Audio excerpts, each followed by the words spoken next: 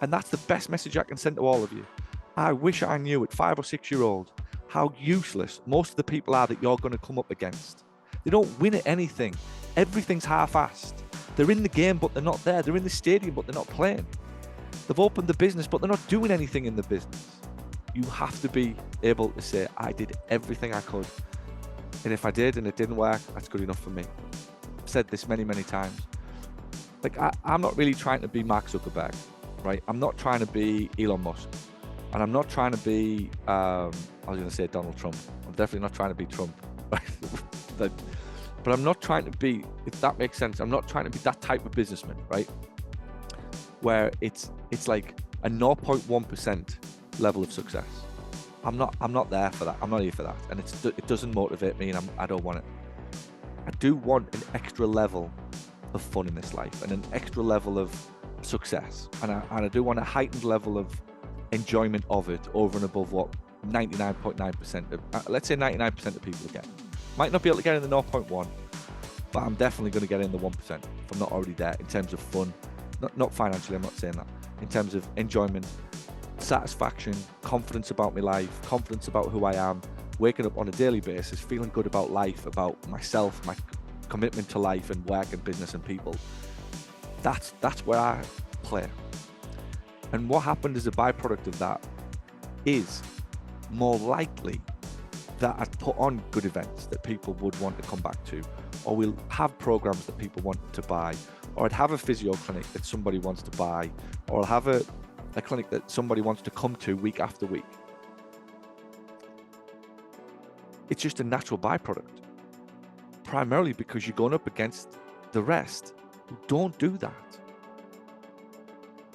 That's the bit. If I was going back and like, if somebody said, you know, when they always ask that daft question, what's the one piece of advice to give to yourself when you were 5? It'd be this: everybody else, Paul, that you're going to come up against is a fucking loser.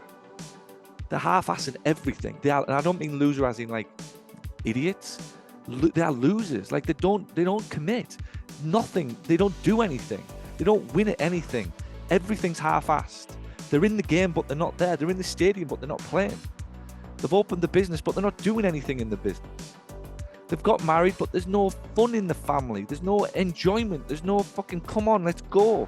Let's drag the fucking kids out. Let's go and do this. And let's stop whinging about flights. And let's get on a flight with fucking 6 of us, flying 15 hours around the world. When some people can't even get on a flight for 45 fucking minutes with a kid. That's like, I'm sorry for saying it, but that's like so fucking bad. It's untrue that people live like that. I was on a flight recently listening to an air hostess, a fucking air hostess, sit next to a woman, and please take this the right way, both of them pandering to each other about, I don't travel with my baby. Oh, I would never bring a baby on a flight. How old's your baby? 1. How old's yours? Oh, mine's 2. Oh, we never see family 50 minutes away. I listened to the whole flight, right? And I got off and thought, fuck me. Are you kidding me? Are you fucking kidding me? This is the level. These ladies are 30s. How? That's the bit I wish I could have seen when I was 5 or 6. How fragile people are. How borderline fucking useless they are at everything. And this is not being derogatory to the human race. They just can't do it. Everything is a problem because they all tell each other everything's a fucking problem. But the reason everything's a problem is they half-ass everything. There's no commitment to it. There's no let's fucking win. And it's not at all costs with me, by the way. I don't even use that. When this clock hits 5 or whatever, I'm fucking gone. I'm at Epcot Centre tonight. I'm out. But because I said both things, I have to work a bit harder and a bit faster through the day. There's no time for the phone. There's no time for fucking chit chat. There's no time to piss about. There's no time for responding to people's emails. Somebody else can do that. I have to get shit done. And that's the best message I can send to all of you. I wish I knew at 5 or 6 year olds how useless most of the people are that you're going to come up against. In the nicest possible way, take that. Not in a derogatory way. Wonderful human beings. Gorgeous people. Gorgeous, beautiful souls. Loving, kind, caring. I've experienced some of the most wonderful things since Sander was born from people. But they can't get fucking nothing done. right? Two totally different things. Lovely, gorgeous, beautiful souls who want to help, and compassion and empathy, and just like, it's amazing what I've experienced. But they still can't get nothing done in their life. Two different things. So I'm not questioning people's integrity and their love and their empathy. I think people have it in abundance. Most of the time, they're just in the wrong environment for it to come out. Unfortunately, they've chosen a path. They've gone into an office that doesn't bring the best out of them. They've married somebody that doesn't bring the best out of them. They're living close to parents that don't bring the best out of them. They've got issues going on everywhere that doesn't let them be. They're not strong enough or courageous enough to go, that's not who I am and that's not what I want. But that's different from this, what we're talking about, achievement. The biggest thing that you need to open up to, all of you, is everyone you're competing against, half-asses. They are, if they are professional at anything, dabblers.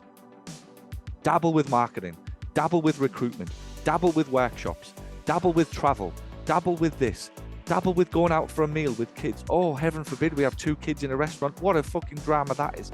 It fucking isn't a drama. It's never been a fucking drama. The drama's in your fucking head.